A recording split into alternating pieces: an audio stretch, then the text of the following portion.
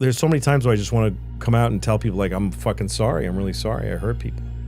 And I've felt like in the way that it was so hard to take all of that at once, that much anger at once, it's like, I just don't have a sorry that covers it. And I don't have only one feeling. Sorry's not the only feeling I have.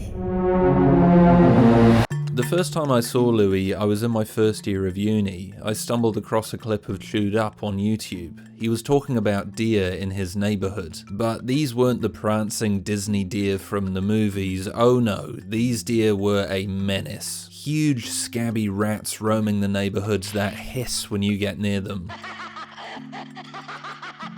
Louis describes stopping in front of one late one night in the middle of the road. They lock eyes, two miserable creatures engaged in a pointless game of chicken. Louis screams, the deer freaks out, charges at his car, and breaks its neck.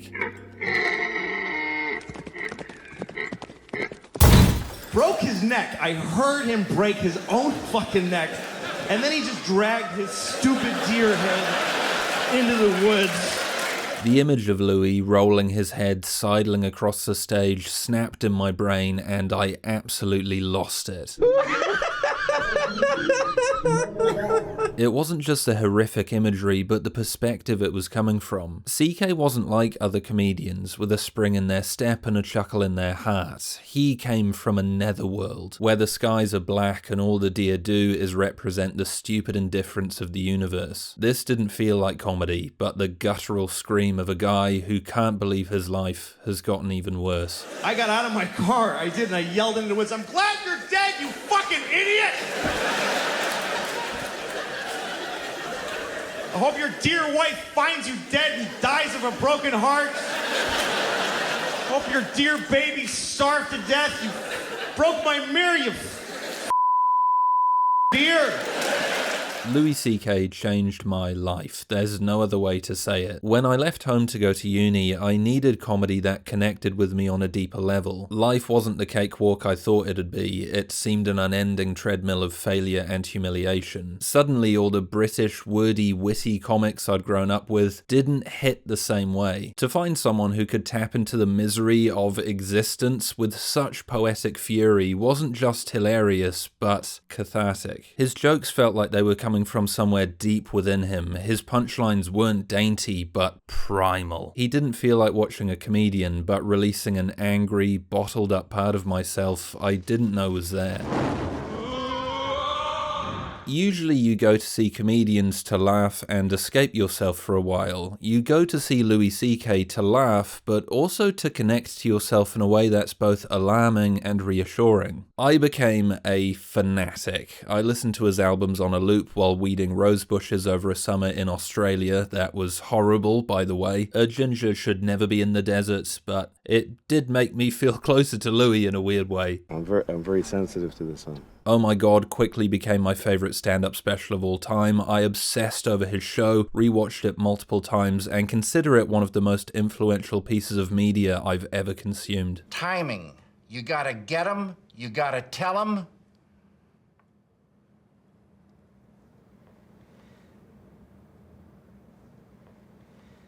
Okay. Work on your speed. Come back on Wednesday. I became equally fascinated with him as a person. CK had a way of talking that I adored. He spoke simply, in a way I immediately understood, able to boil a complicated idea into a simple simile or description. For an aspiring comedian, he was, and I say this in all seriousness, Jesus. Yeah, specials are something. It's, to me, I used to describe it like the way they make samurai swords, or used to. Yeah. That they bang it and then fold it and then bang it again, and then they fold it and keep banging it. So, you know, they pound on it, right, and they fold it so that they're squeezing out all the oxygen that's in the, you know what I mean? Yeah, just right, keep making it perfect. So every time you think I've got an hour, no, you don't. Write another hour and then fold it into that one. Yeah. And then get rid of all the impurities and all the bad stuff, and then keep doing that. His story was as inspiring as his act. CK's life was defined by failure. He had gone through a hellish divorce, flitted away his 20s, poured his heart into a sitcom that was scrapped after a season. He wasted time and opportunity, stumbled down dead ends over and over. He didn't look like a celebrity or embody anything celebrities represented. He was overweight, poorly dressed, pasty-skinned, balding badly, and didn't have the head shape to pull it off. off. If I saw him on the street, I would feel sorry for him and breathe a sigh of relief I wasn't him. And yet, here he was. He built his audience from nothing and thumbed his nose at convention. He rarely did anything unless he was passionately driven to do it, and he found the money to make it happen even when everyone in Hollywood laughed at him. Until they saw how his fans loved him, and then everyone laughed with him. He showed that grit, talent, and dogged determination could get you anywhere. For every knock and slam door, he gained a little more perspective, another notch of wisdom he would carve into his act. The fact he appreciated failure, that he was defined by his losses more than his wins, was revolutionary to me. I had a shitty run on a bunch of shows, but you get more, I've always said this, that you get more information from failure than you do success, because there's forensics, there's a dead body on the floor, and there's all kinds of information. You know, you can see well, clearly he should have done this, and but when everybody wins and there's just confetti everywhere, you don't really, you know what I mean? Nobody looks into it. When I started performing stand-up, my jokes were a cheap CK knockoff. This will sound insane, but when I started writing jokes, I'd spent so much time listening to CK that I would hear them in his voice. The way he would speak, the pauses and repetitions. He would literally be delivering my jokes in my head as I was writing them out. He felt less like a comedian and more like a spiritual guide, as if his flickering blue Star Wars hologram was standing beside me as I was writing out my dick jokes. I will do your bidding, master. It's indistinguishable. Louis' success felt like my own, and the fact he found it so late was a constant source of reassurance. I can't count the number of times I thought to myself, Louis wasn't famous until his mid-30s, you still have time, after I bombed at another open mic in the middle of Wales and sat on a midnight bus with my head pressed against the window, wondering what the fuck I was doing. You win! I'm done. Please, I don't want to do this anymore. He's easily been one of the most influential people in my life. I don't think I've ever had such a strong attachment or sense of kinship with someone I never knew. He gave me a blueprint for comedy I think subconsciously I'm still following today. He wasn't just a comedian, but a hero and a role model. He was beautiful and honest, and I loved him. And that's the end of the video, so really appreciate you guys coming. Don't forget to like, and so don't look at the timestamp, like and subscribe, and I'll see you soon in the next, oh fuck it, oh here we go then. No! God, please, no! No! No!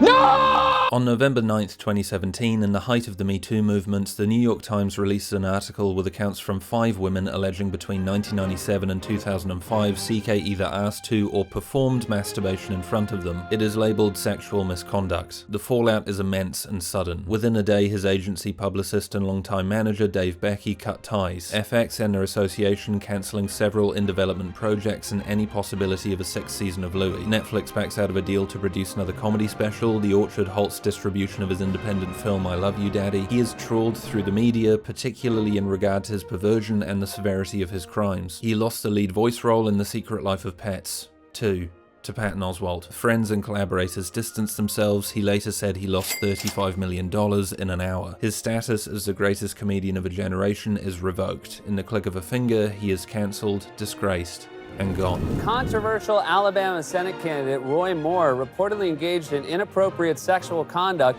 with an underage girl when he was 32 years old. Man, politics is so full of perverts and deviants. I'm just so glad I work in comedy. Ah, damn it! He's at the bottom, and there will be nothing for Louis CK for a minute. The following day, CK releases a statement copping to all of it. The headline, "These stories are true." His apology, ironically, was criticised for not saying sorry and for referencing how the women admired him on 4 separate occasions. Quartz and other websites edited it to sound like a real apology, but I remember liking the apology. I thought Louis displayed the empathy and self-awareness necessary to internalise what he did. It didn't sound like PR bullshit or like someone else had written it for him. It sounded sincere, especially compared to the non-apologies of other men which read as either dismissive, in denial, or bizarre. Yes, Kevin, I'm looking at you. This has got nothing to do with anything, but isn't this the craziest animation you've ever seen? My fucking helicopter of laptops to bring the guilty verdict to Matt Lauer. Louis addresses the victims directly, confirms the truth of the accusations without arguing, attempts to express understanding of how he abused his influence, and accepts the losses he's incurred. He doesn't deny responsibility by pleading mitigating circumstances like sex addiction or questioning his accuser's motives. I came of age in the 60s and 70s when all the rules about behavior in workplaces were different. He addresses the power dynamic, one of the most complicated elements of his misconduct and one he could have chosen to ignore. As mentioned, he doesn't say sorry directly, but he does apologize, saying, "I have been remorseful of my actions." He admits he's tried to learn and run from the allegations. He says he will step back and take a long time to listen. We'll discuss what exactly a long time and listen mean a bit later, but I thought Louis' heart was in the right place and believed the criticisms aimed at the apology were genuine oversights. In short, I believed Louis. Now, these allegations caught me totally off guard. I only heard about them when my flatmate told me the article had been released. I had literally been watching clips of his stand-up the night before to prepare for a gig. I was hurt, confused, and angry, and in that state, the easiest thing for me to do was look to let Louis off the hook. Several factors enabled me to do so. For one, CK didn't physically assault anyone. He masturbated in front of them but never touched them. At the time, there was a lot of confusion about what CK did and why he did it. What exactly was motivating him to masturbate in front of these women, and what kind of damage was this causing? See, I have no frame of reference for, in front of two women who are friends, to take off all your clothes and just jerk off. I can't wrap my head around that. I can't wrap my head around doing that. These behaviors themselves don't even make sense sexually. It's like, I don't even understand why they would do that. The story seemed sad and creepy, but also kind of harmless. Even sexual misconduct seemed like a made-up term to label behavior that didn't cross into anything truly criminal. The trauma and impact he had on these women's careers, while a factor, was more abstract and harder to quantify than direct sexual or physical assault. Second, he got consent. This is vital. He asked these women if he could masturbate in front of them. If they said yes, he did. If they said no, he didn't. Huge. Thirdly, there weren't many stories. This wasn't an avalanche of information. 4 individual events, one involving 2 people, all occurring over 10 years prior to the article's release. Also, of the 4 incidents, one where CK asked Rebecca Corrie if he could masturbate in front of her on a television set seemed, honestly, barely worth mentioning. He asked, she said no. What's the big deal? The main thing that enabled me to dismiss the allegations was the general feeling, instigated by cis male normies like me, that the MeToo movement was overstepping its bounds. No one could deny the disgusting predatory behavior of Cosby and Weinstein. As the movement continued, the stories became more complicated. CK fell into this bracket. He deserved at the very least a conversation, a clarification, something. Yet MeToo's judgments remained just as harsh. When CK was cancelled, immediately and without discussion, it created, in myself at least, a huge amount of anger and resentment. I was a Louis disciple. I kissed the ground he walked on, the person who fundamentally informed my identity on comedy and life, which anyone who watches this channel knows is my life, was being labelled by many a sexual pervert and potential predator. All over behavior that no one seemed to understand. It felt like a personal attack. All the comedy specials I loved had been branded with a black mark. All the work he could have made cut short. It was an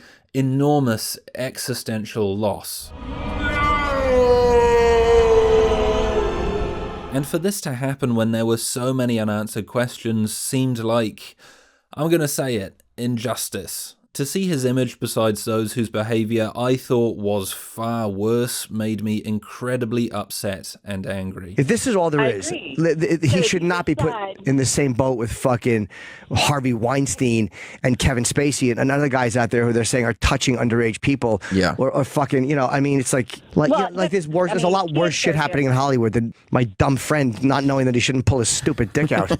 Jeremy Seinfeld, who somehow dodged Me Too, summed it up talking about Roseanne and Cosby. Yes, I'm gonna do the voice. What's new for people is the suddenness and the precipitous fall. So much work gone so fast. We're upset at the speed of it because it's new. I know, it's horrible. They just went, you're done. This is a new kind of moment. Usually there's a crumbling, a crack. Someone tries to get in there with some spackle. Nice, Jerry. I look forward to you continuing to spackle your relationship with a 17-year-old. In an interview on Popcorn with Peter Travers, Matt Damon talked about this rush to judgment. I do believe that there's a spectrum of behavior, right? And we're going to have to figure out like what, you know, there's a difference between, you know, patting someone on the butt and rape or child molestation, right? Both of those behaviors need to be confronted and eradicated without question, but they shouldn't be conflated. Like, you know, the Louis C.K. thing, like I don't know all the details, I don't do deep dives on this, but I did see his statement, which kind of was arresting for me, which when he came out and he said, I did this. He said, I did these things. These women are all telling the truth. And I just remember thinking, well, that's the sign of somebody who, well, we can work with that. I remember feeling Damon's remarks were exceptionally level-headed and reasonable. The fact he then got shredded, primarily by Good Will Hunting castmate Minnie Driver, contributed to me feeling Me Too was becoming me-ental. The allegations against Aziz Ansari were the final proof I needed to affirm Louis' innocence. On January 13th, 2018, Babe.net, reputable source, published an account from a 23-year-old woman using the pseudonym Grace, accusing Ansari of sexual misconduct after being too forward in his advances after they returned to his apartment from a date. The woman accused Ansari of not reading her non-verbal cues. The story sparked conversation about whether Ansari's actions constituted sexual misconduct. Some considered it a valuable discussion about the subtleties of consent. Others, me, already defensive and on the back foot, considered it the point where Me Too became a full-blooded witch hunt. Barry Weiss put it bluntly in a headline for the New York Times, Aziz Ansari is guilty of not being a mind reader. You had an unpleasant date and you did not leave. That is on you. Ansari hadn't done anything wrong, and from there it was only a small logical leap to conclude CK hadn't either. With every spurious allegation, it became easier to believe CK wasn't a perpetrator but the victim of cancel culture, drowned in the tsunami of Me Too. Now, it makes me quite ashamed writing this now and saying it out loud. Going over these old articles, it's clear how defensive and angry I was. Driver's statement about Damon is far more reasonable than what the headline suggested and how I felt at the time. As for Aziz, many supporters of Me Too questioned whether the story trivialized the movement and more serious forms of sexual abuse. There was a really interesting conversation happening if I had actually tried to listen instead of having a massive sulk. What is a non-verbal cue? This may be something that young women discuss. We know the difference between a rapist, a workplace harasser, and an Aziz Ansari. That doesn't mean we have to be happy about any of them. The Washington Post literally said Babe's Aziz Ansari piece was a gift to anyone who wants to derail Me Too. Hey, that's me. But if this video is going to be of any use to anyone, I need to be honest about my genuine reactions and feelings at the time. I had total Louis blinders on. On a fundamental level, I just sort of refused to believe he did anything that wrong. Because what would that say about Louis? And more importantly, what would that say about me? So I went on the attack. Anyone who didn't side with CK or acknowledge the complications of what he did, I deemed a traitor. I vividly recall feeling my jaw tighten when I watched Stephen Colbert address the allegations on Late Night. Also, for those of you tuning in to see my interview with Louis C.K. tonight, I have some bad news. Then I have some really bad news.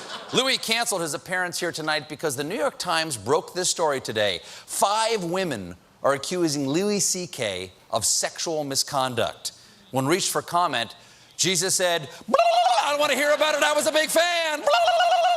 I cannot tell you how furious this made me. Stephen Colbert had known CK for decades. Louis hired him on the Dana Carvey show in the mid-90s, effectively giving him his break. All that history, and Colbert just palmed it off with a lazy joke and moved on. I thought it was utterly spineless. I mean, that's why I'd do anything for those guys. Now, to be honest, I still stand by this. This was weak, vacant comedy from someone who could have offered some guidance. He could have at least acknowledged the confusion he and many of CK's fans, me, must have been feeling. But it also shows how personally invested I was in Louis' innocence, and how furious I became when people I thought would defend him, the way I thought he deserved to be defended, didn't. Now, I'm not saying MeToo was perfect. Louis' cancellation was sudden, and there was very little opportunity, especially in the mainstream media, for honest discussion or an opposing opinion without those sharpened pitchforks being thrust in your direction. Pamela Adlon, one of CK's closest collaborators who cut ties with him after his cancellation, said, "I wanted the world to calm down. I wanted a conversation to happen. It was another example of extremism happening in my lifetime." Gabby Hoffman, who worked with CK on Louis, reaffirmed this. Cancel culture nonsense is hugely problematic, criticizing the way it doesn't allow for sitting in the discomfort of the middle, or having conversations in a civil and understanding way. What the hell are you guys doing anyway? I don't know.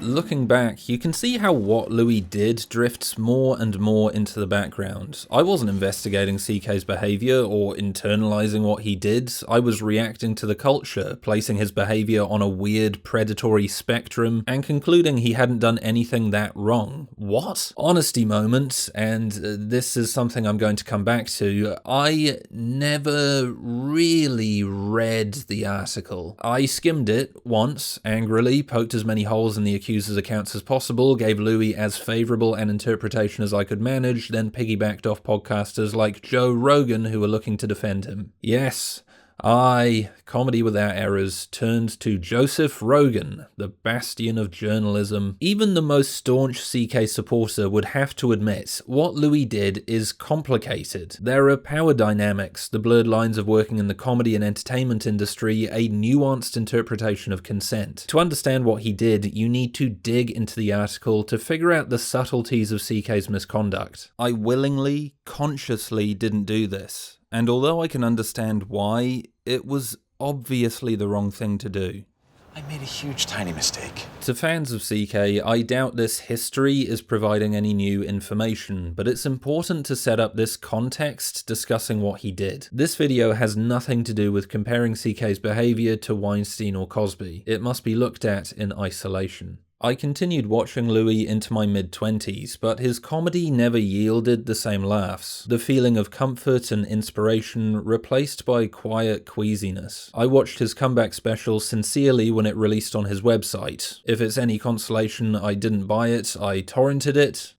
Well done me. I found the routine addressing the scandal funny, particularly his impression of Obama. My conclusion was Louis' conclusion. He didn't do anything that bad. When he released new comedy specials, I would watch them guiltily and then forget about them. When I started this YouTube channel, Louis presented a consistent conundrum. I didn't feel comfortable talking about him at length, but I would place short clips of him into videos, suggesting a tentative alliance. In late 2022, I saw an interview pop up of Louis on the Joe Rogan Experience, promoting his film 4th of July. Other than his stand-up, it was the first time I'd heard him speak since his cancellation. I was amazed how just seeing his face with those big clunky headphones made me realize how unresolved my feelings were towards him. Love and admiration, but also confusion, guilt, and betrayal.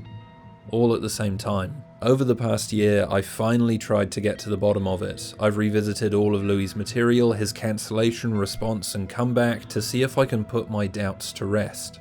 Does Louis deserve to be re-embraced, or is it time to move on? Who is Louis? Did we ever really know him at all?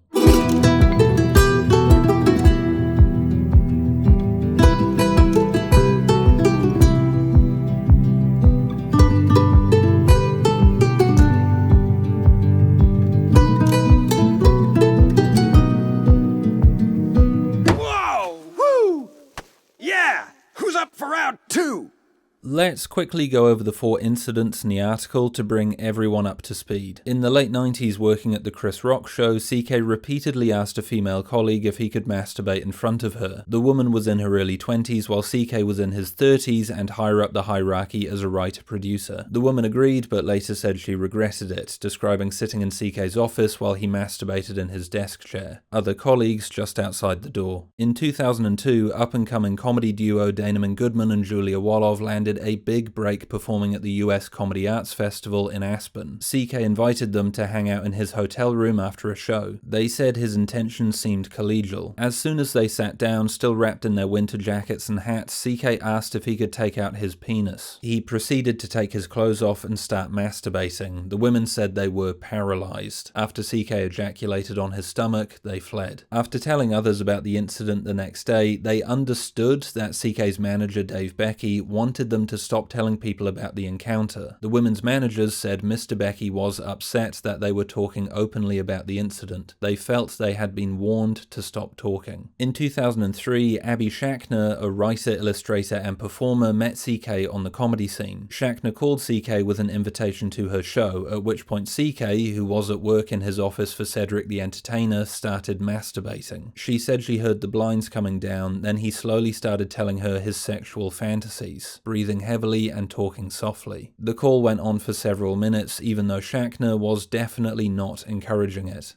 Gross. This interaction left her dispirited and very ashamed, and was one of the reasons she stopped pursuing comedy. In 2005, Rebecca Corrie was working as a performer and producer on a television pilot, a big step in her career. CK, appearing as a guest star, leaned close to her face and asked if they could go to her dressing room so he could masturbate in front of her. Corrie, stunned and angry, declined, and later said she regretted not halting the production of the show. In many of the incidents, the women were in a lower position of power relative to CK. Schachner was a new and inexperienced comedian, Goodman and Wolof were up-and-coming comedians, the woman on the Chris Rock show was literally working under CK, directly saying he abused his power. In all the incidents, CK exploited a culture that incentivized the women to stay silent. Corrie didn't want to shut down the production of a show, not knowing how it might affect her career. All the other women were either warned or instinctively knew talking about CK's behavior could negatively impact their careers. Even though CK wasn't the global force he became, he was still well connected and respected within the comedy scene and entertainment industry. But I have to give some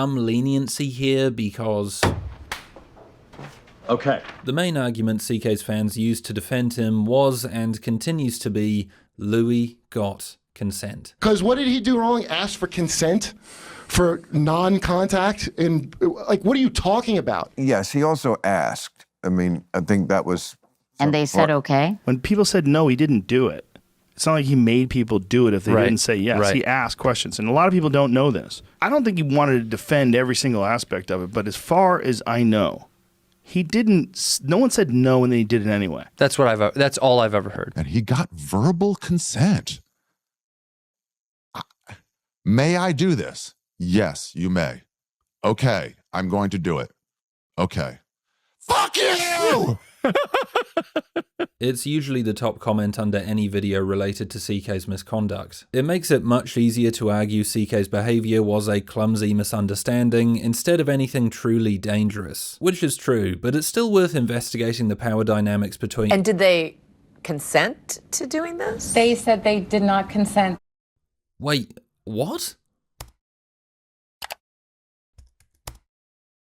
In 2002, Chicago comedy duo Daneman Goodman and Julia Wolof landed their big break. As soon as they sat down, still wrapped in their winter jackets and hats, Louis CK asked if he could take out his penis. They laughed it off. He proceeded to take all of his clothes off and get completely naked and start masturbating. Oh dear. In the Aspen story, CK asked if he could get his penis out. The women laughed, thinking it was a joke. They didn't reply yes or no. Before they could answer, CK took off all his clothes and started masturbating. There was no consent. That's not even including the phone call with Abby Schachner. So why does everyone think he...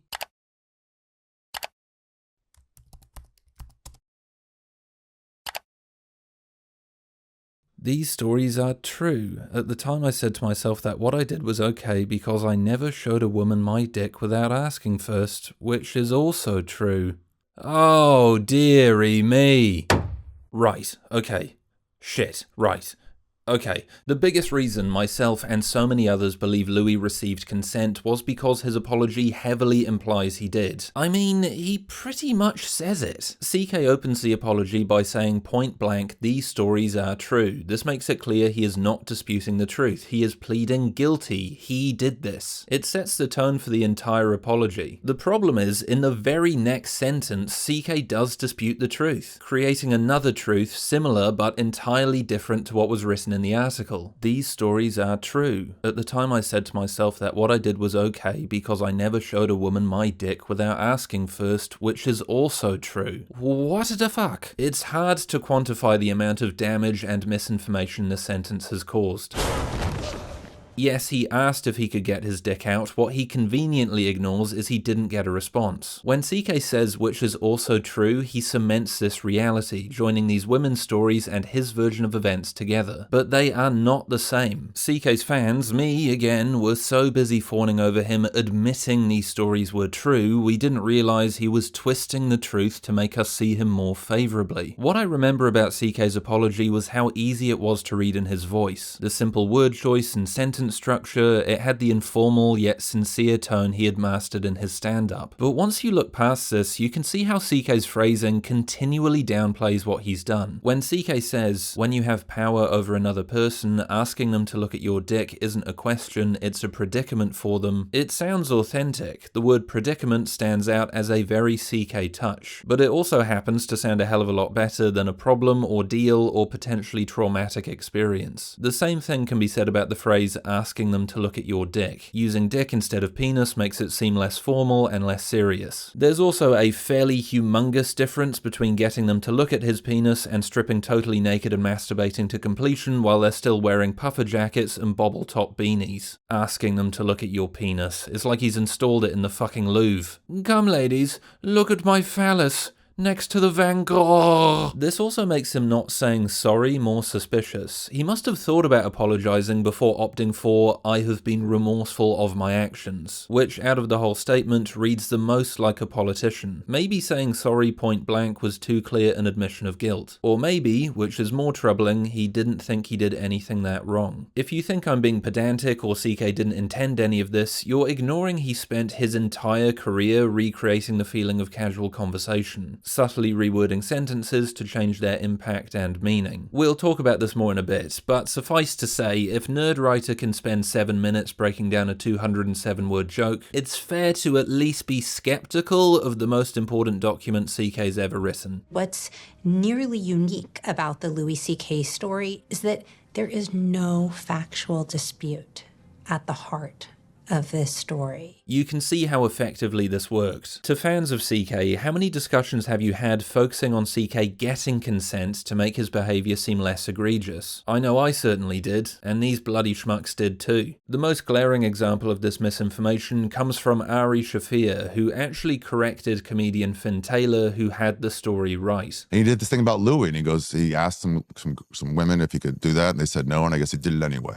And I saw him afterwards, like, hey, great special. Same thing as the other one. But like, just so you know, that's not, the facts are wrong. Do what you want, just like that rabbi told me. But like, they did say yes. He goes, oh, shit. And to his credit, he changed it. He was like, I didn't want to get it wrong. So he changed it. Made it still a funny joke, but yeah, like, let me get the facts right. Definitely. Yes, I'm glad we have Ari Shaffir, the greatest fact checker in human history. And I'm so sorry you lost that fly fishing competition. Let me get the facts right. Definitely. If I had a criticism of the Times article, it needed to be more explicit about the lack of consent. It says so, oh lol, it doesn't say it at all. Considering consent became the talking point following the article, the failure to make this clear, especially in the Aspen story, was a massive oversight. Dumb. Really dumb. Julia Wolof had to make a second statement, literally titled, I didn't consent to Louis C.K. masturbating in front of me, after Mark Breslin, owner of the aptly titled comedy club Yuck Yucks, justified booking C.K. by repeatedly saying he received consent and because his grandfather was a Hungarian Jew who escaped the Nazis. What? Contrary to Breslin's accounting, what C.K. did was not done with consent. We never agreed nor asked him to take all his clothes off and masturbate to completion in front of us. But it didn't matter because the exciting part for him was the fear on our faces. Ugh. Since Breslin seems to take pride in his Judaism, he should know that 4 of the 5 women from the Times article are Jewish. The author's attempt to convince himself and the Jewish community of supporting CK by saying he is part Jewish is shameful. On the other hand, I've talked about how I had blinders on. I'm sure people like Rogan or myself or the Lord of Gahul would have found another way to downplay what CK did. In a sort of funny, sad way, the interview that explicitly says CK didn't get consent. 26,000 views? Holy morrow, Batman! People really do want to figure out the truth. Still has the top comment. At least he had the balls to say it's true rather than to insult the women and claim it's all false. Ah yes, great point. He certainly had the balls to say it's true. He definitely didn't have the balls to say it was false. Okay, that that seems really dark. No, it's not dark. You're misunderstanding me, bro. I think I am. Yeah, you are. Because if the girl said no, then the answer obviously is no. No. But the thing is she's not gonna say no. She would never say no because of the implication. Well, this is a shit start. At this point, I've been researching for a full half day, and I've already found information that makes CK look dodgy. Shall we keep pulling the thread on this bloody jumper? There's a persistent idea from CK fans that he wouldn't have performed these acts without some degree of mutual attraction, particularly in the Aspen story. The second top comment on that ABC video is, "What, did they wait for him to finish then leave? God, they must have been loving it." To say Goodman and Wolof going to CK's hotel room meant there was something on the cards is taking for granted the blurred lines of working comedians. As comedian Judy Gold says, this response usually comes from people who don't live on the road. I've spent tons of hours in other comics' hotel rooms, hanging out, watching movies, talking, writing, and just being homesick. Why is that so hard for people to understand? And to those genuine twits who say the women should have left as soon as CK started masturbating, literally victim blaming? I mean, textbook.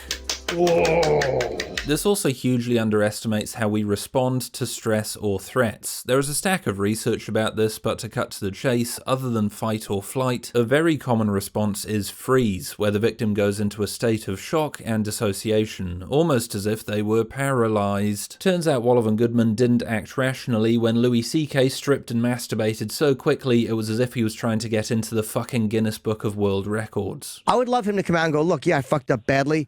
I misread it. I really thought that they were on the same wavelength, and it's like I would love to know that. I don't even. There's no way that he could, in hindsight, honestly have thought that they were on the same wavelength. Unless, like, in the moment, he could have tricked himself into thinking that way. Sure. After, like, once it happens and they run out of the room and all, like, that's why you silence them. Yeah. You know what I mean? That's why your manager... Because you know afterwards that they didn't feel good about it, yeah. Regarding the other incidents, Abby Schachner clearly wasn't reciprocating. There is a shade more grey with the woman on the Chris Rock show, but it's tainted by her job being on the line if she didn't reciprocate the way CK wanted. The most illuminating example comes from Rebecca Corrie, who recalled in his very late apology phone call how CK said, "I used to misread people back then." This comment confounded Corrie because CK was implying she had done something to invite his behavior. This gets to the flaming hot core of how CK's fans might want to excuse his behavior. Turns out CK is trying to do it too, to the woman he's done it to. When CK tells Corrie he misread her, he's looking to give himself an out, that his feelings were reciprocated in some way, he made an innocent mistake. But his behavior suggests he is propositioning women he really didn't know, which is much stranger and more threatening. In Aspen, CK called out which one is Dana and which one is Julia as they ran out of the room. It's also reinforced by CK's initial response to Corrie's rejection. His face got red and he told me he had issues. This isn't the response of a guy misreading a situation but knowingly overstepping a boundary. How on earth do you misread asking to masturbate in front of someone at work anyway? Like when Corrie said no, was CK like, I misread it. Oh, egg on my face. I thought you were giving me that masturbate in your dressing room vibe. Ah, well, innocent mistake. See you at lunch. Like my friend Sovereign said to me, she said, what it comes down to is that no one should be asked if they want to see your dick when they walk into work. That, just thinking about it like that should open up an entire window of empathy to what a lot of women have to deal with every day walking into toxic male work environments.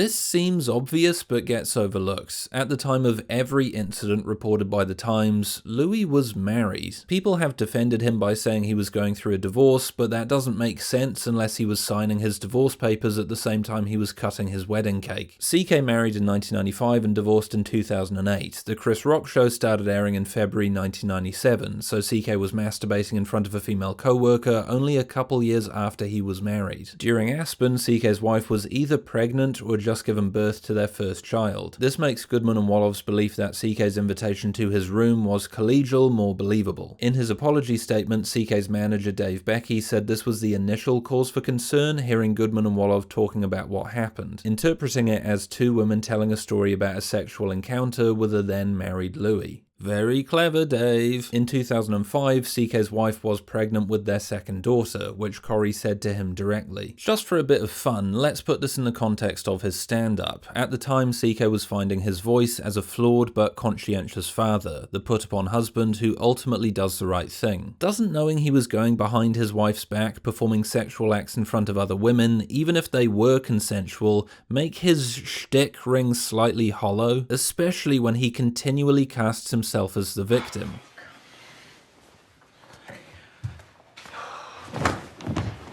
Take One Night Stand, released the same year he propositioned Corey. I'm very happy. I'm married, and I love my wife. I love her very much. My wife hates me. She fucking hates me. She hates me so much. Like, that's what she does. Like, if you asked her, what'd you do today? I fucking hate that guy. That's what I did today. I hate Louis. I wonder why. Or 2 years later in Shameless, where he basically calls his wife lazy, despite her raising their kids. I can't die. I got 2 kids and my wife doesn't fucking work, so I don't get to die. I can't die. I love her, but she's a painter. Great. Paint $1, take some pressure off, please. But so... What about when he went on national radio to rag on his wife about him going on tour? Yeah, I don't have a TV job right now, so that's my income. Yeah. And I showed it to her, and she's like, yeah, great. So you're going out of town, leaving me with the kids. I'm like, fuck you. How much money do you make? Would you rather starve to death and fucking let the kids get skinny? You fucking ungrateful cunt. Yeah, I wonder why she didn't like you going out of town. I can't put my finger on it. It's well known CK's marriage wasn't happy. It was a regular source of comedy before and after his divorce. My wife and I, we've been married for about 9 years now, so we're almost done. Cheating on your wife isn't illegal or criminal, but I find this behavior gross and upsetting. It strips away a lot of the trust we had in CK as a performer. Here's a painting by CK's ex-wife titled Bearded Man. Isn't it interesting to know how she saw him? I wonder if his behavior is part of what made his marriage so difficult to begin with. And like, I'm married now, and my friends will say, like, is it hard to be monogamous? Does it take willpower? No, I could do that. That's easy.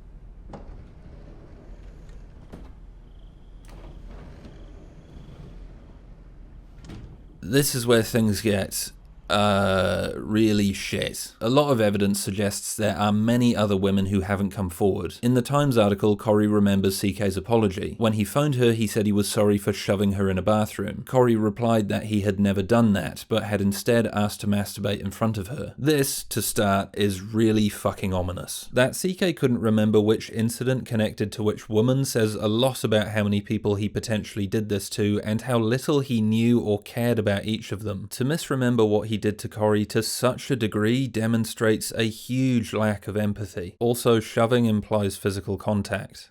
Not good. Tig Notaro, who proved a key figure in CK's cancellation, said at the end of the Times article they were standing in support of those with the courage to speak up against such a powerful figure, as well as the multitude of women still out there not quite ready to share their nightmares. Jesus. Like I said, I know so many of the people. There's other people. Not everybody was in that article that he's done this to, and so to know firsthand the pain and destruction that what it's done to other people is that's really, really sad. Notaro also referred to an incident before the pilot of One Mississippi, which CK and Dave Becky were executive producers on. Dave, what are you doing back here? The pilot aired November 2015, so it probably occurred 2014, 2015. Before we even shot the pilot, I had seen sides of him that I had not seen before, and I shared that with other people. And that's when I started hearing stories about the, behavior. Notaro hasn't expanded on what that incident was. However, they heavily imply an episode of One Mississippi where an executive starts masturbating under a desk happened to someone they knew. Were you sending a message to Louis C.K. with this specific episode? Every story on One Mississippi is based in truth, and it's not necessarily my truth, but it's somebody's truth and something that somebody experienced or knew of the experience happening, and we wanted to recreate that because people seem to feel like this was hard to believe that this sort of behavior would happen, because it's like, what is somebody's motivation there? And it's like, it's not, it's not somebody interested in somebody. It's not somebody flirting. Yeah. It's something beyond that. It's about power. It's about power. It's power. It's abuse, and it's gross. It's disgusting. Yeah. A 2015 Defamer article, Louis C.K. will call you up to talk about his what the fuck? Made several more anonymous reports, many of which were not in the Times article. I've heard stories about his propensity for whipping it out and jerking off in front of women at inappropriate times. Dinner, table, bar. Just quick, but it's important. Defamer was owned by Gawker, a blog and media company which made the first published accusations against C.K. in 2012, featuring an anonymous report which ended up closely resembling the Aspen story. Deeply flawed and insanely hypocritical, Gawker went bankrupt in an invasion of privacy lawsuit in 2016 after posting portions of a Hulk Hogan sex tape online. Yeah, it's crazy. Gawker wasn't the gold standard in journalistic ethics. In fact, they seem to have no standards. A couple examples being outing Silicon Valley venture capitalist Peter Thiel as gay without his consent, and creating an app that allowed users to post celebrity locations in near real time, evaporating their privacy and potentially setting them up for harassment. Kristen Bell and her kid are at the 4 p.m. showing of How to Train Your Dragon at the ArcLight. And it goes right on our map instantly. So that when Kristen Bell and her kid come out of the movies, there are a dozen sociopaths waiting for them. I don't think that's likely. Why not? As part of their noble citizen journalism, they failed to do any fact-checking, often posting false, potentially slanderous information. An example directly relevant to CK is in both articles, which say CK blocks the door, stopping Goodman and Wolof from leaving. This detail never made the Times, presumably because it's false, yet persists today. Although it is a good litmus test to see who read the article. So yeah, Gawker was more often frothy Women's Day dog shits than actual journalism, but they were also invaluable in getting CK's behaviour into the public discourse. To quote something Yoga with Adrian might say, "It is what it is." It's unfair to assume every rumour about CK is true. However, I would like to laser in on one story from the Defamer article not included in the Times, because it seems to be indirectly verified by CK himself. Note, this story has similarities to Aspen, but the article makes clear it's a different event. Another source relayed a story about a similar incident at an after-party at the Just for Laughs Comedy Festival in Montreal several years ago. The comedian allegedly took 2 women up to his room, but at some point they barged out, claiming he had started masturbating in front of them without warning. YouTuber Teft Patton, with the help of Redditor Homeless Fez? Fezes are cool. Found a clip on the Opie and Anthony show from 2007 where CK tells a remarkably similar story. I was in Montreal once and I met these 2 really cool, sexy, hash-smoking chicks. Oh, wow. And Nice. They came up to me after a show and they said, you want to hang out? At the time, my wife and I were dating, and we were living together, but she had moved out, so we were kind of like half broken up. It was kind of like a vague Oh, you time. went on again, off again before you got married? Yeah, I did. Yeah, but so We were in Montreal, and these girls came up to me and said, "You want to hang out after the show?" And I'm like, "I don't know, because I don't like hanging out. I don't like going out." And I said, "What do you mean hang out?" They're like, "We're going to go dancing." I'm like, "No, I'm not doing that." And they're like, "We're two hot girls. Don't you want to go dancing with us?" And I'm like, "I'd love to hang out with two hot girls, but I'm not going to a dance club." So I said, "Just come to my hotel." Like, "Oh, in the bar?" "No, in my room. You have to come to my room. Come to my hotel room, or else I'm just not interested at all." Right. Yeah. And I didn't care. So they were like, "Ugh." And then they left. And then I get a call in my hotel room. "We're here, come downstairs, we're going to take you dancing." I'm not going anywhere. And they couldn't stop coming. So they came up to my room, and they started having a drink, and they started telling me that they're lesbians, and that we're going to have a threesome. And somehow, amazingly, I blurt out, "Oh, yeah, well, my girlfriend lives with me, but she moved out." And, "Oh, really?" And they hear about a woman, so they're interested. "What, so you guys are broken up?" "Yeah, but I think we're probably going to get married." That's what I said to them. And they go, "Well, then why do you have us in your room?" And we're having, "Because she's not living with me now." They go, "But you just said you're going to get married." "Well, yeah, I love her." And they both start screaming. They start screaming at me, "You're a pig! You're a disgusting pig! You blew it! You love her! You're gonna marry her! And you're in here with two really sexy girls about to have a threesome!" And I'm like, "Yeah, please just do what you're." And then they left. Yeah, that was it. If I could have kept my mouth shut. Yeah. If I could have kept my mouth shut. That was a power trip. Would have been the night of my life.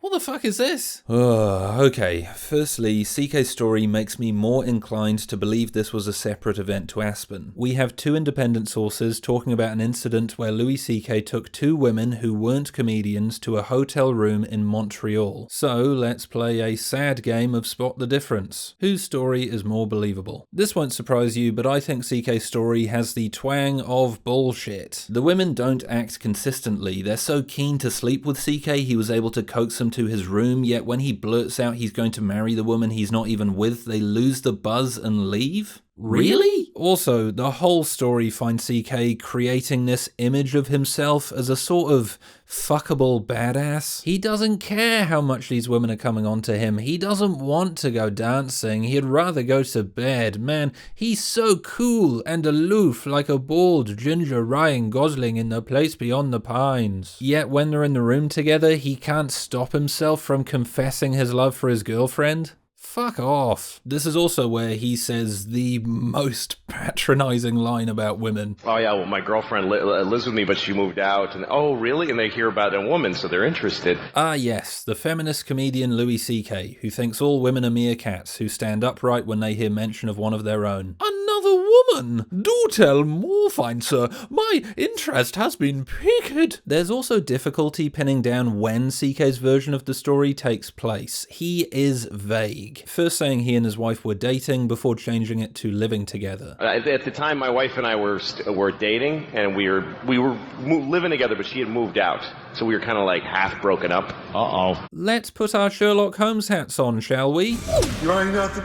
Louis married Alex Bailey in 1995. I got married when I was 28. Divorced when I was 42. Louis was born 12 September 1967, so yeah, the math checks out. According to an interview CK gave to the Boston Globe, CK married Bailey very shortly after beginning a relationship with her. He first met her in 1985 at a New Year's Eve party, which just sounds so romantic and lovely. However, they didn't start dating until 10 years later after Bailey moved to New York. She didn't flee! The bar is so low. Let's do the logistics. CK began a relationship and married Alex Bailey in 1995. This means, in order for the story to happen according to CK's version of events, he started dating, moved in with, half broke up with, and then married Bailey all within the same year. Busy guy. What makes this more confusing is I can't find any evidence of CK performing in Montreal in 1995. Montreal's flagship event for stand-up is, or was, or is, the Just for Laughs Comedy Festival. Yet he's not on the the lineup of the 1995 Comedy Gala nor in any articles about the festival. To give a marker of how CK's career is going, in 1995 he headlines the Young Comedian stand-up special for HBO, alongside Gary Shandling, Dave Chappelle, and Dave Attell. He's doing well. I don't quite understand why he would be gigging in Montreal if he wasn't attending the festival. This is made more unlikely by the fact he spent part of 1995 working on Late Night with David Letterman, rooting him in New York. Now, it's not impossible. CK was a touring comic, and records of performances in this period are not great. But the simpler and more logical explanation is this occurred during the 2003 Just for Laughs Comedy Festival. There's footage of him performing, it's consistent with the anonymous source, and it's also during his most active exhibitionist years. Married with a young daughter, it makes sense why CK would lie about this.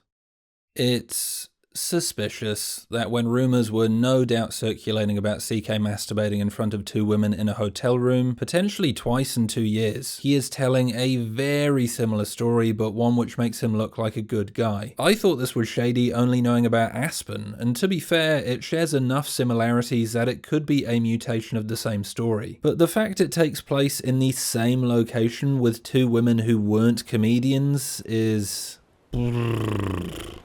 strange.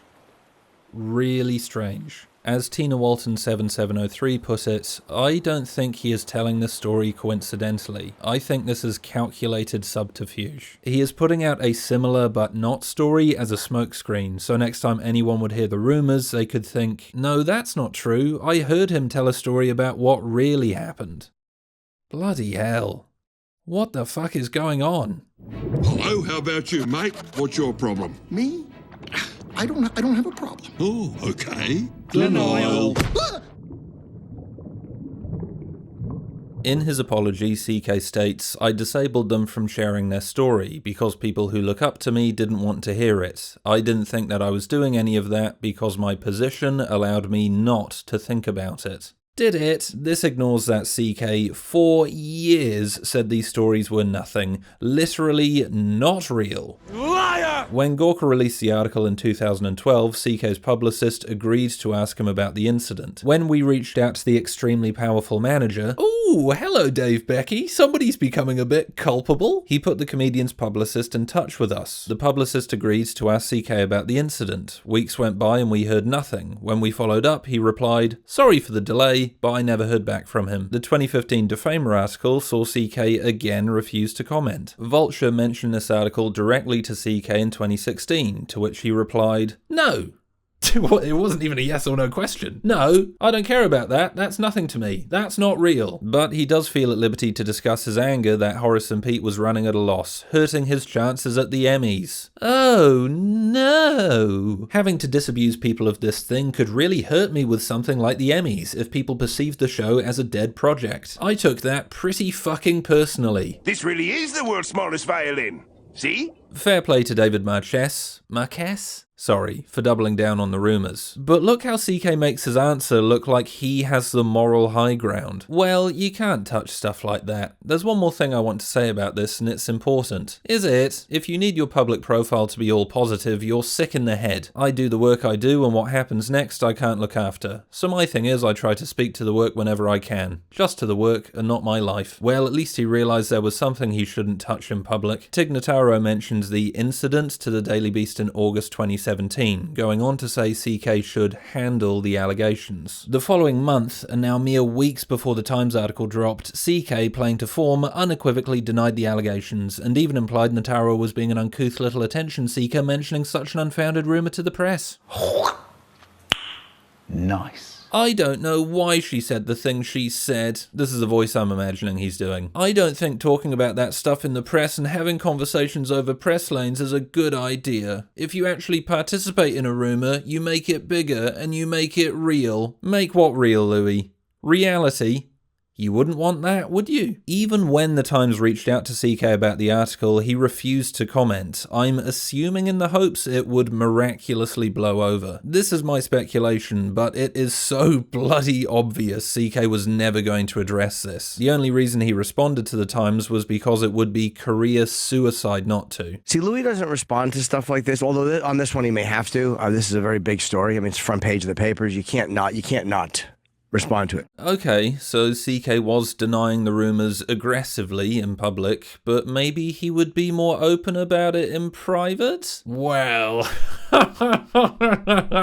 no. Mark Maron has a fabled history with CK. They started performing stand-up around the same time. They had a begrudging, thorny, but always loving friendship. Their conversation on WTF in 2010 focused on their history, and they shared old stories. It was genuinely beautiful and made me cry, and was chosen by Slate as the best. Anyway, CK lied to Maron's face about it for years. And I would ask him about it. I would say that this story about you forcing, these women to watch you jerk off. What is that? Is that true? He goes, no, it's not true. It's not real. It's a rumor. And I would say, well, are you going to address it somehow? To handle it? To get out from under it whenever it shows up? He goes, no, I can't. I can't do that. It'll give it life. It'll give it air. And that was the conversation. Jim Norton had a long-standing friendship with CK. He co-hosted various shows on Sirius XM where CK was a frequent guest. They always seemed like really good mates, and Norton even made several... And I won't give any specifics away or anything that was said to me. I will only say that in the last couple of years, I have asked if it was true, and I was told it was not true more than once. Then we have CK, I'm doing air quotes, handling these matters in private. We, of course, have the sorry for shoving you into a bathroom, whoopsie, phone call to Rebecca Corrie. Whoops. There's also a Facebook message to Abby Schachner in 2009. According to The Guardian, CK wrote her a message 3 days before FX announced a deal for CK to produce, direct, and star in Louis. Last time I talked to you ended in a sordid fashion. That was a bad time in my life, and I'm sorry. Oh, it really seems like he's making some Anyway, I'm all better now. Come on, this can't be real. I actually contacted The Guardian to double check this was real. They never responded, but I mean, it's in quotes. He actually said in an apology message, anyway, I'm all better now.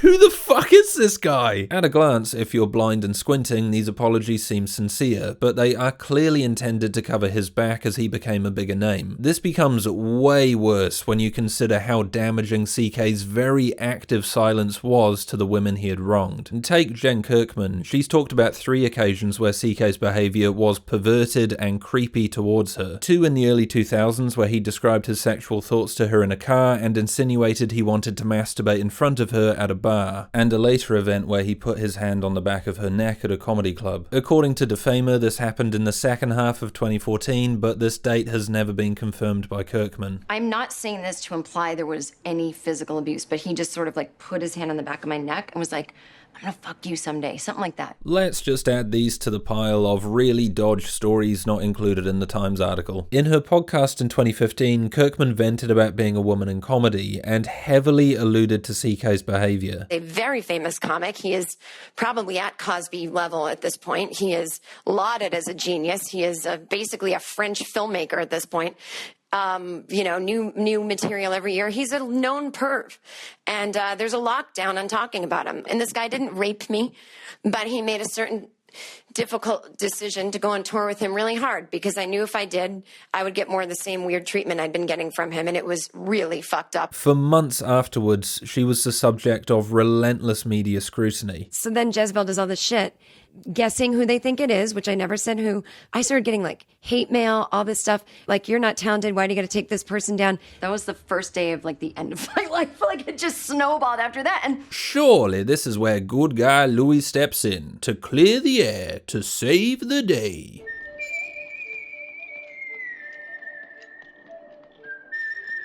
No. What did CK do to help? Absolute zero. Nothing. A big, fat goose egg. In fact, why not use your daughters to guilt-trip Kirkman into staying silent? That'll go down a treat. Louis at one point was like, email me, like, call me. And I was like, I knew what it was about. And I was like, no, we have to have this discussion over email. And he's like, look, I know what I did to you. And he named all the things. I said, do you want to make a joint statement with me then? Like, that would really help. If you could just be like, Jen and I talked.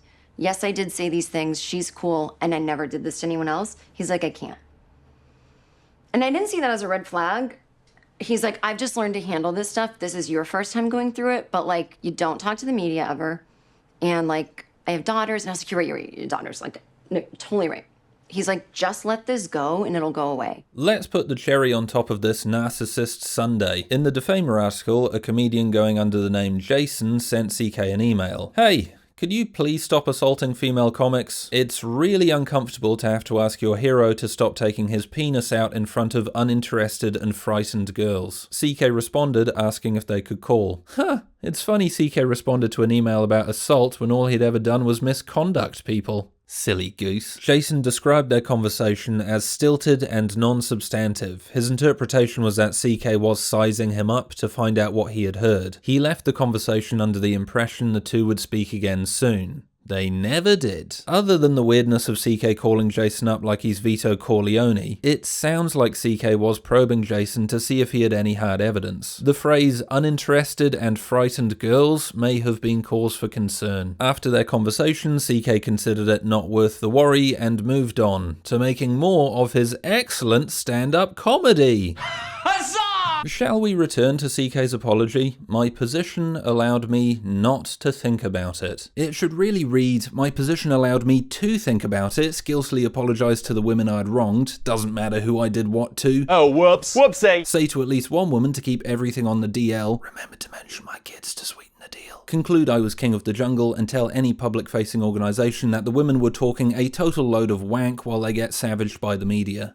Oh, that doesn't quite read as well, does it?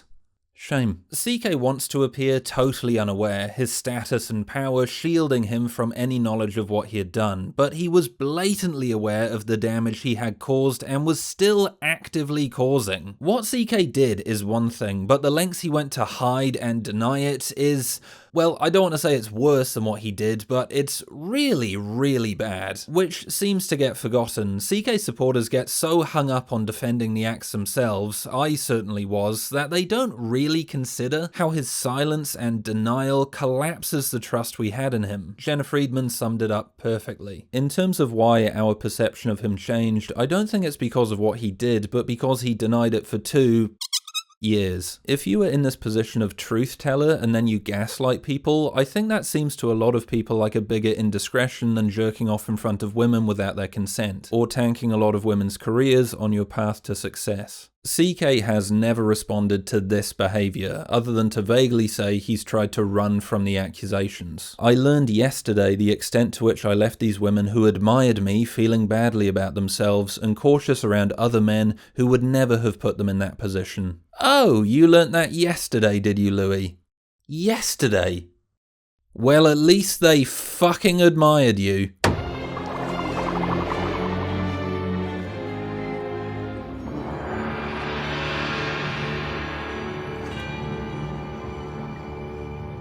Of all the theories, this is the worst, the weakest, dumbest, most angry and irrational. I wouldn't bother talking about it, but I know there's at least a couple Louis stans waiting for me not to mention it so they can call me gay in the comments. The theory basically goes, these women cancelled Louis out of spite. CK was more talented and successful, and these untalented, unfunny female hacks wanted to bring him down. When MeToo came along, they saw their chance to go up the Hollywood ladder and kicked Louis to his watery grave while they latched onto the next greasy rung.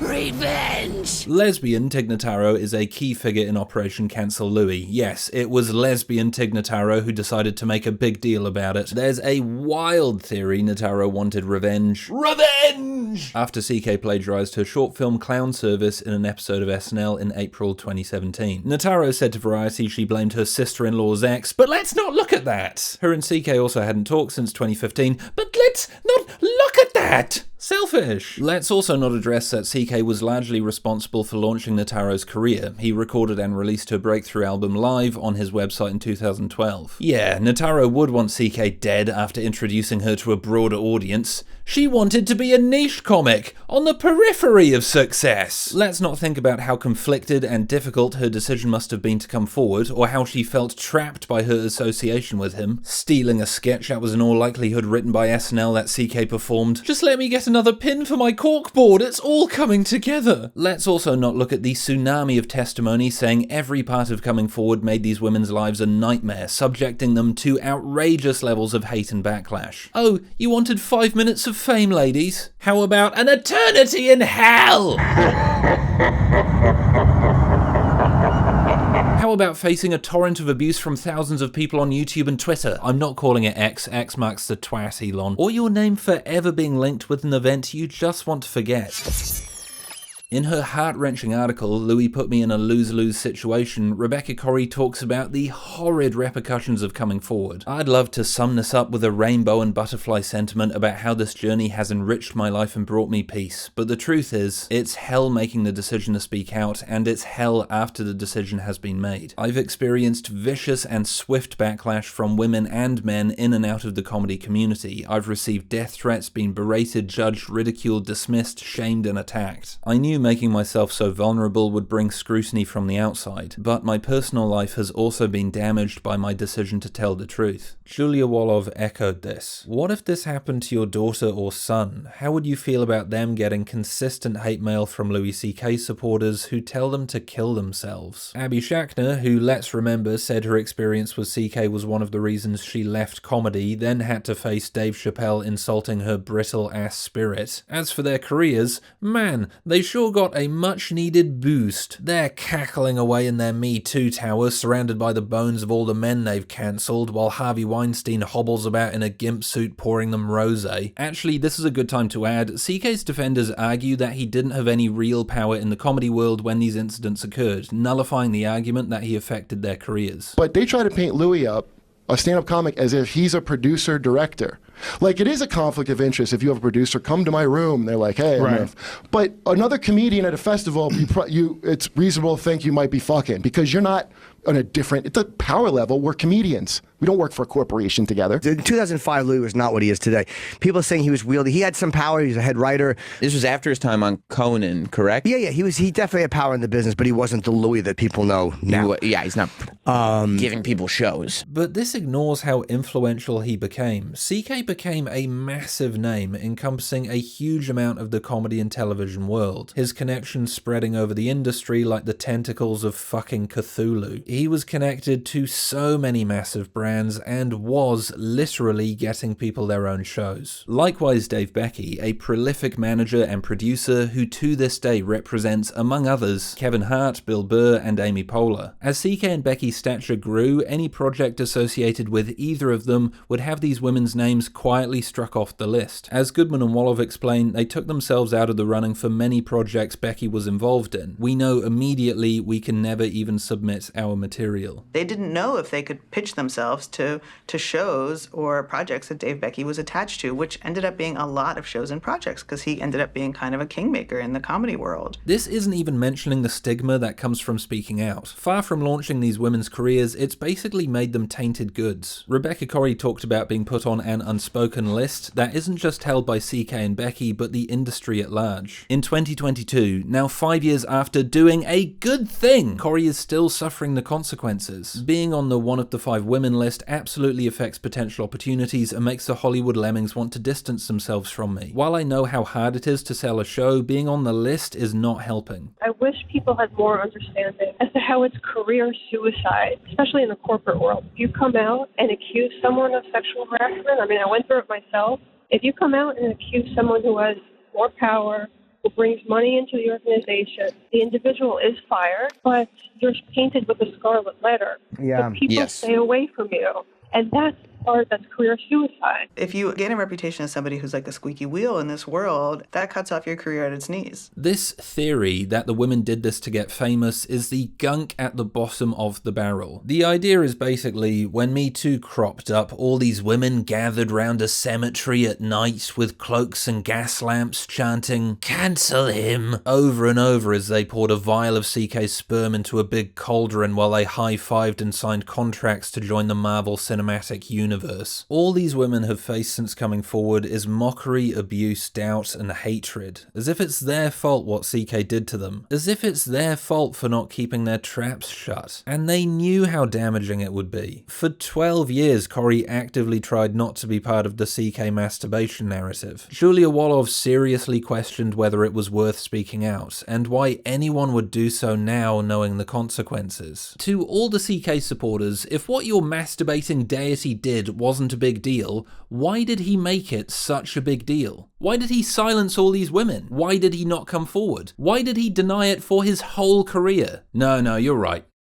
It was Tig Notaro. I would have gotten away with it too, if it weren't for that lesbian Tig Notaro. Curse you, lesbian Tig Notaro!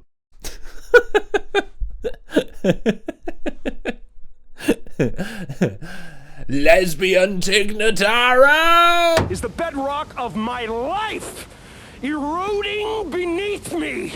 Eroding.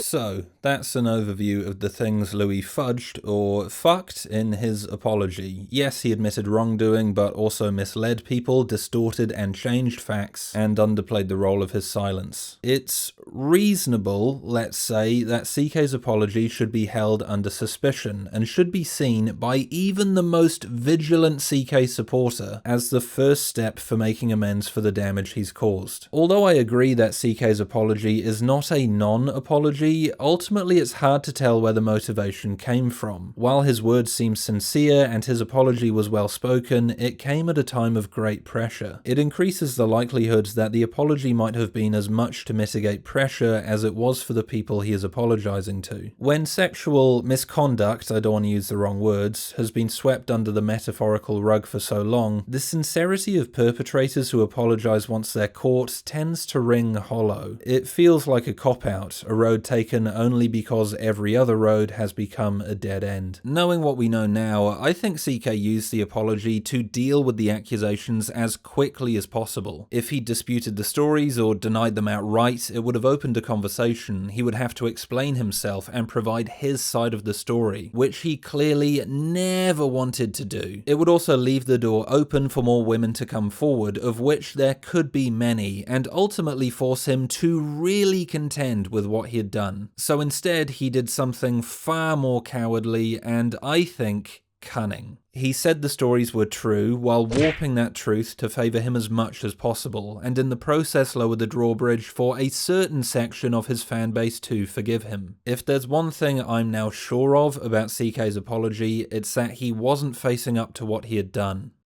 He was continuing to run. Here's what CK was accused of in the New York Times. And here's some of the other potential incidents.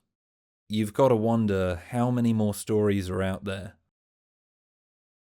But enough of this. Come on, this is a stretch. I don't like that kind of talk. Now just stop it, it upsets me. Louis CK, this harmless schlub, he's not capable of this. He's no criminal mastermind, no abusive silencer. Go back to your Sherlock Holmes books, buddy. How can the comedian we knew be capable of such deceit?